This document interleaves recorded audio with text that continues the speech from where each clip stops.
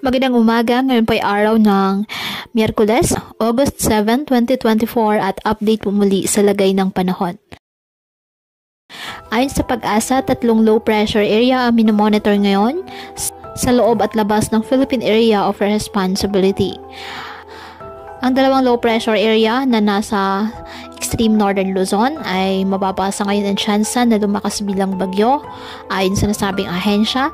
Ngunit ang LPA na may kalayuan pa sa ating bansa, sa ngayon, sa loob ng 24 oras, mababa ang tsansa na maging bagyo, ngunit hindi po inalis ang posibilidad na ito ay lumakas at maging ganap na bagyo sa mga susunod na araw. At sa ngayon, ang nasabing mga low pressure area ay umahatak po ng habagat o southwest monsoon na kung saan siya naman na nakaka-apekto sa central at southern Luzon at Visayas.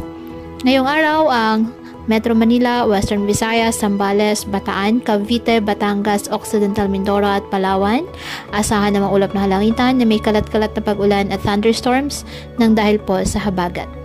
Ang nalalabing bahagi ng Visayas, Bicol Region, nalalabing bahagi ng Mimaropa, nalalabing bahagi ng Calabarzon, bahagyang maulap hanggang sa maulap na halangitan na may kalat-kalat na pag-ulan at thunderstorms na dulot pa rin ng southwest monsoon.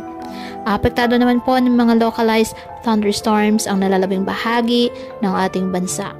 Kaya patuloy po natin na pinag-iingat ang ating mga kababayan sa banta po ng mga pagbaha at pagguho ng lupa, lalo na po kapag may malalakas na ulan, at ugaliin na magdala palagi ng payong o kahit anumang panangga sa ulan sa tuwing lalabas po ng ating mga tahanan.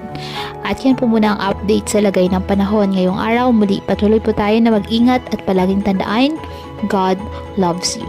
Stay safe and God bless.